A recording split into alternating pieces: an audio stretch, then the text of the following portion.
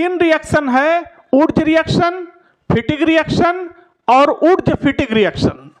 इन तीनों रिएक्शन में एक बात कॉमन है, इनमें तीनों रिएक्शन में ड्राई ईथर हमें चाहिए और जो मेटल हम इस्तेमाल करेंगे वो सोडियम रहेगा तीनों रिएक्शन में।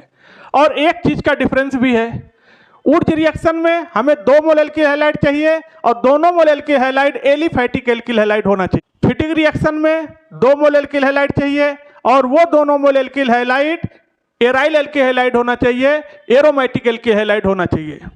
और ऊर्ज फिटिग रिएक्शन में 2 मोल एल्किल हैलाइड चाहिए, लेकिन 1 मोल एल्किल हैलाइड एरोमेटिक चाहिए और 1 मोल एल्किल हैलाइड एलिफैटिक चाहिए। आइए रिएक्शन करके दिखाते हैं। हमारे पास ऊर्ज रिएक्शन है, ऊर्ज रिएक्शन से सिमेट्रिकल एल्केन बनेगा, हमेशा याद रखिएगा। एक कार्बन की एल्केन कभी ऊर्ज रिएक्शन से नहीं बन सकती, मेथेन इससे नहीं बन सकता। तो 2 मोल एल्किल हैलाइड हम लेते हैं। हमारे पास एल्किल हैलाइड CH3Cl हमने ले लिया और सोडियम मेटल ले लिया,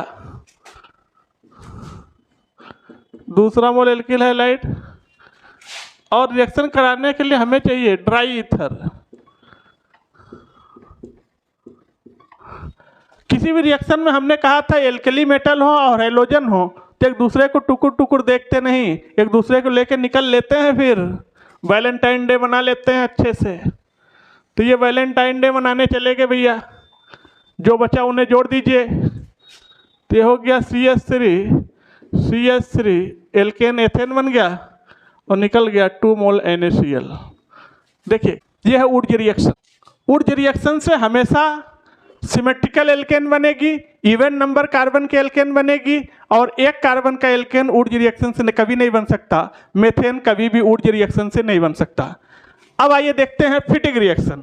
फिटिग रिएक्शन में भी 2 मोल चाहिए हमें एल्किल हैलाइड, लेकिन दोनों मोल हमें चाहिए aromatic alkyl halide, aryl alkyl halide. यानी हमने ले लिया, लीजिए क्लोरो, और दूसरा मोल भी ले लिया एल्किल हैलाइड, एरोमेटिक, क्लोरोबेंजीन, और आपसे हमने बताया क्या चाहिए, ड्राई ईथर।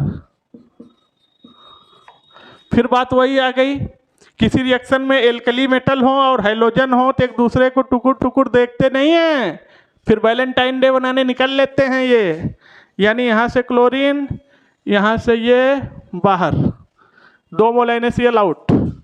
बस इनको आप जोड़ दीजिए, निकल गया 2 मोल NaCl।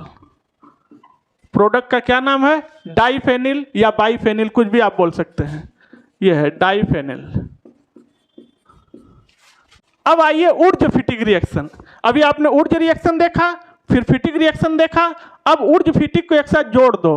1 मोल एलिफैटिक ले लो, 1 मोल एरोमेटिक ले लो, आ जाएगा ऊर्ज फिटिग रिएक्शन। कैसे देख, एरोमेटिक एल्किल है और इसकी रिएक्शन हमने करा दिया 2 मोल सोडियम से, और इस बार हम ले रहे हैं HCl। देखिएगा, तो अब हमें प्रोडक्ट क्या मिलेगा, और हमें ड्राई ईथर तो चाहिए ही, एक तो कॉमन है, इसमें तो कोई कंप्रोमाइज करना ही नहीं है।